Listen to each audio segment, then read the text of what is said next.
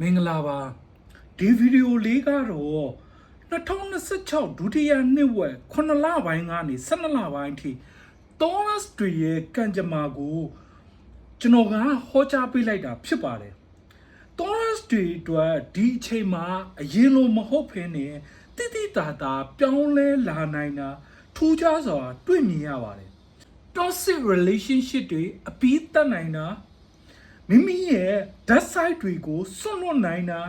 အပျော်ပါအတောက်စားတွေကိုမိမိဆွဲလန်းခဲ့တဲ့မကောင်းတဲ့အလေးကျင့်တွေကိုစွန့်လွတ်နိုင်ခဲ့တဲ့လွတ်မြောက်နိုင်ခဲ့တဲ့ဆိုတဲ့အရာတွေပြောင်းလဲနိုင်ခဲ့တဲ့ဆိုတဲ့အရာတွေကိုထူးထူးခြားခြားတွေ့မြင်ရတဲ့အချိန်ကာလဖြစ်ပါလိမ့်မယ်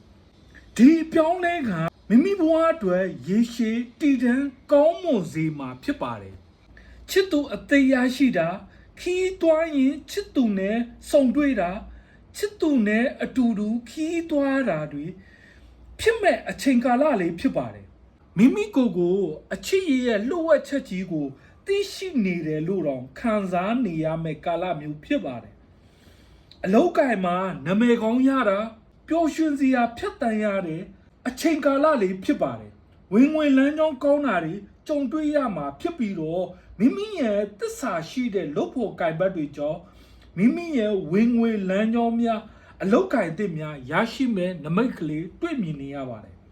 ဒါပေမဲ့တတိထားမှလည်းရှိနေပါတယ်မိမိကမိတ်ဆွေကောင်းမိတ်ဆွေတူခွဲခြားနိုင်မှသာအဆင်ပြေပါလိမ့်မယ်ဘာလို့ဆိုရင်မိတ်ဆွေကြောင့်ဝင်ငွေတိုးတဲ့နမိတ်ရှိသလိုမိမိကိုလိန်လည်လှဲ့ပြားလို့ငွေကြေးကြောင့်ပြဿနာဖြစ်ရတာစိတ်ဆင်းရဲရတာရီမန်းချက်တွေပြည့်ရတဲ့နမိတ်လေးလည်းရှိနေပါတယ်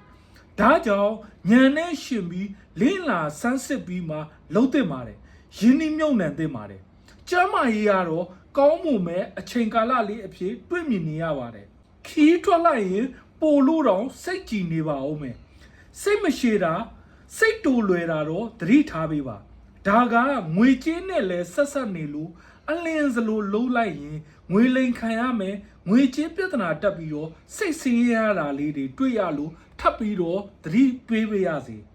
ပညာရေးကတော့မိမိအရင်ငါထက်ပိုမိုပြီးမိမိကိုယ်တိုင်ပိုကောင်းအောင်ပြောင်းလဲနိုင်တဲ့သူများဖြစ်လို့လှုပ်ဆောင်ချက်တွေကောင်းတာကြောင့်ရလက်ကောင်းတွေလည်းတိတိတာတာကောင်းမွန်လာတာတွေ့ရှိရမယ်ကာလလေးဖြစ်ပါတယ်လို့ခန္ဓာအလိုက်အသီးသီးပြောကြားပေးလိုက်ပါတယ်